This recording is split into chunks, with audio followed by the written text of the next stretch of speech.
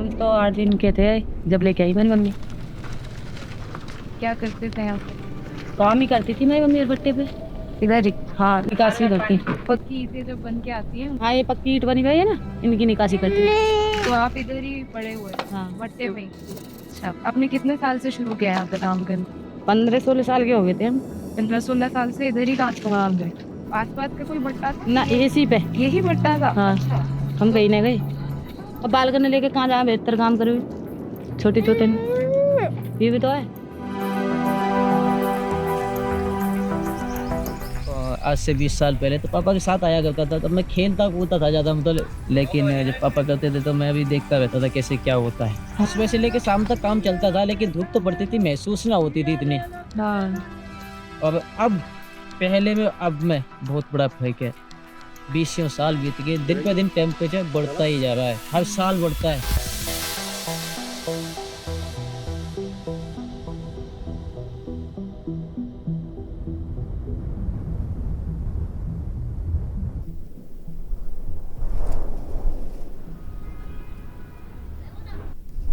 ऊपर वहाँ से मिट्टी बन के आएगी यहाँ, जैसे ये ढेर पड़े ना मिट्टी के। हाँ जी। इसके बाद हमें सब ईंट बनानी है, मिट्टी से ईंट बनानी है? मिट्टी से ईंट बनानी है। अब ले जाने ईंट को यहाँ से उठाने वाले हाँ, वो है, अलग है। हाँ वो अलग है। अच्छा।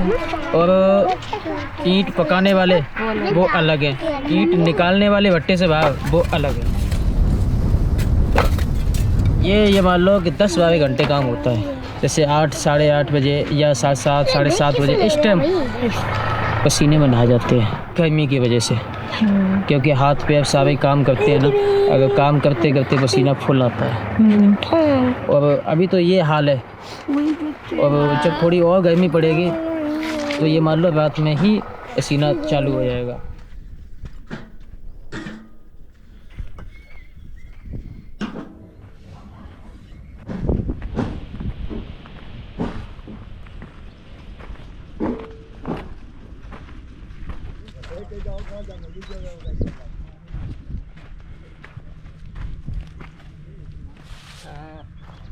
समय से पहले गर्मी चालू होती है, क्योंकि इन दोनों में थोड़ी बहुत सर्दी हुआ करती थी, ज़्यादा नहीं होती, थोड़ी बहुत तो हुआ ही करती थी। कोई सुबह के टाइम से सर्दी महसूस होती थी, रात के टाइम से भी थोड़ी बहुत सर्दी हुआ करती। अब तो न रात न दिन एक सा ही हो रहा है, और गर्मी के अंदर मच्छर भी कुछ ज़्यादा ही हो रहा है। अब बंदा 1 घंटे धूप में घूम नहीं सकता ज़्यादा, और आपका तो काम ही धूप का है। बेटा रुकना। From last 50 years, the increase in temperature is 0.8 degrees Celsius worldwide. It has increased the incidence of heat waves. When there is a heat wave, the person may suffer from the heat stroke, what we called in Hindi loo laggi. Right? What does that mean? In that, the patient is having hyperthermia, means the body temperature goes beyond 105 degree Fahrenheit and above 40.6 degree Celsius.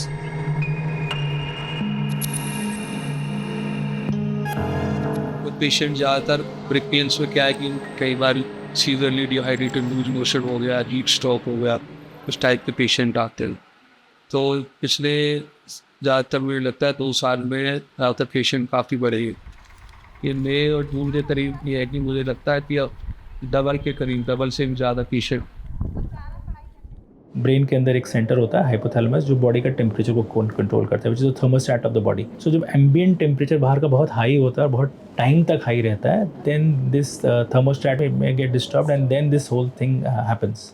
What will happen? The patient will have multi-organ involvement, first in the form of seizures, coma, delirium. Heat causes the oxidative stress, and there is inflammation in the kidney. There may be hematuria. You will find the blood in the urine and causes the acute renal failure, up to the extent that 10 to 30% of these patients may require dialysis.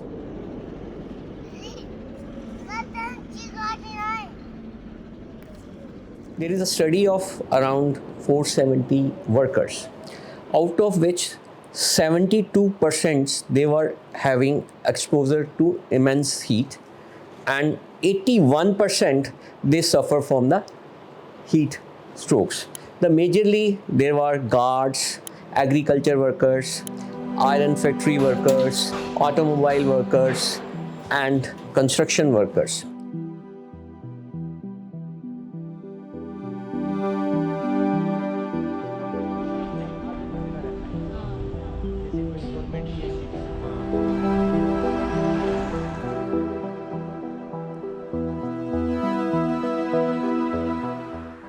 आप कहाँ से हैं? हम लोग बिहार से हैं, कहाँ पे? कटिहार जिला के। हमारा सब यही काम है, तो रोज़ धूप में रहते हैं तो सर में दर्द हो जाता है, चक्कर भी आ जाता है, तो फिर थोड़ा देर बैठने के बाद आराम हो जाता है, तो फिर से काम पर जाएंगे। क्या करेंगे, काम तो दीदी करना पड़ेगा। काम नहीं करेंगे तो रोजी रोटी कैसे बाल बच्चा को पालेंगे।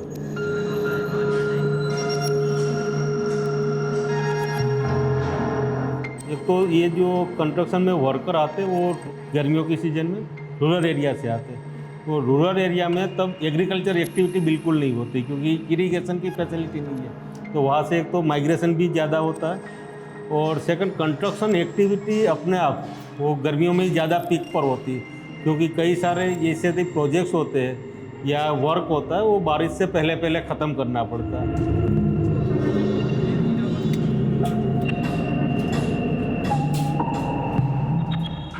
शुरू होते हैं 8 बजे। गर्मी लगभग 2 घंटा बाद गर्मी चालू हो जाती है।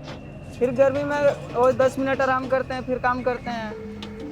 कपार पर दर्द करने लगता है, वो काम करने का मन नहीं करता है, कुछ करने का मन नहीं करता है। वो आराम खोजता है शरीर, बैठने का कहीं छाया जगह मिले, ठंडा हवा है, और राहत खोजता है शरीर। आसपास देखा है किसी को इनको ऐसे चक्कर आया हो? देखा है, वो तो धूप के कारण चक्कर आके वो तो उसको चक्कर आ गए थे उस टाइम। और तो भाई शटरिंग का ही काम करते हो, उठा के शटरिंग लगाते हैं सरिया का नून का। और करीब मतलब कितने बजे हमने? वहाँ होगा 4 से 5 के बीच में। टाइम तो एग्जैक्ट तो पता नहीं है, पर वही होगा, मतलब हॉस्पिटल वही टाइम पे लेके गए थे।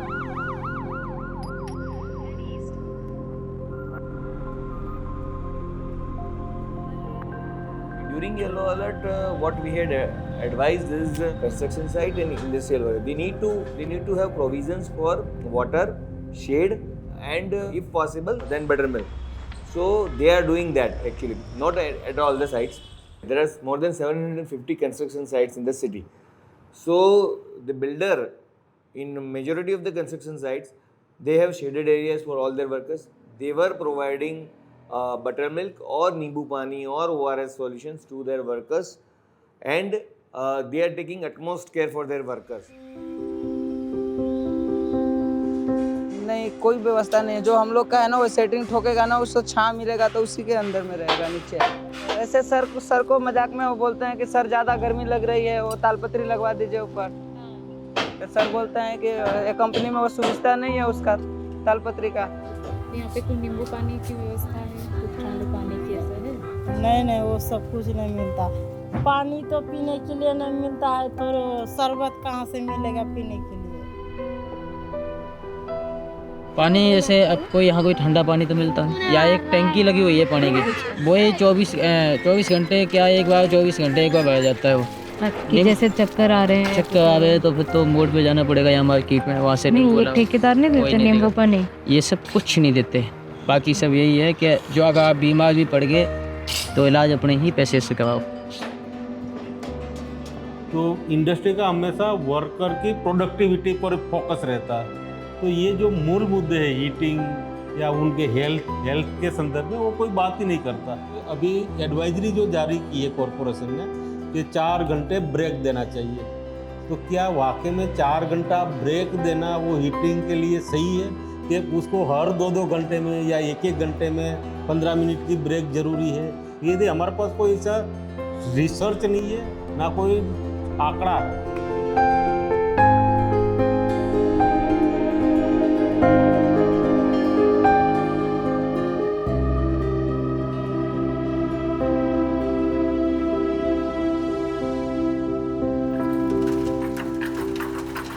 ये जो हीट स्ट्रोक है, ये मैं बताना ज़रूरी है कि ये एक्सट्रीम्स ऑफ एजेस में ज़्यादा होता है, यानी कि छोटे बच्चों में और एल्डरली में बिकॉज वहाँ पे जो बॉडी का होम्योस्टैटिक मैकेनिज्म होता है, थर्मोस्टैट मैकेनिज्म होता है, वो ज़्यादा अफेक्टेड होता है। बच्चों में खासकर हाई ग्रेड फीवर से फिट्स या सीजर्स आ सकते हैं, और ये स्पेशली कॉमन है और बच्चे जो छोटे होते हैं 5 साल से कम होते हैं।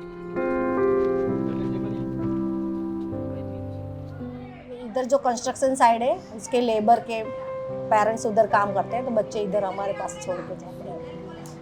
वो तो क्या सर्वे करने हम जाते हैं, हम अपने आप ही जाते हैं और पूछते हैं जहाँ वहाँ जो जहाँ कंस्ट्रक्शन साइड शुरू होती है तो वहाँ हम लोग ही पूछ लेते हैं। तो जो वो कहते हैं कि हाँ हमें फुलवारी रखनी है, कुछ बच्चों के लिए सेफ्टी है, तो हम करवाते हैं शुरू। और 30 बच्चे हैं इधर, 2 महीने से लेकर 12 साल तक। सोनाक्षी पहले जब भी आते हैं बच्चे तब हम लोग हाथ पैर धुलाते हैं, उसको बाल में तेल डालते हैं, बाल बनाते हैं, प्रार्थना करवाते हैं, खाना बना के खाना खिलाते हैं। फिर ABCD यानी जो ABCD है, क ख ग जो है वो प्राथमिक जो होता है सब करवाते हैं। उम्र से हिसाब से सिखाते हैं सबको।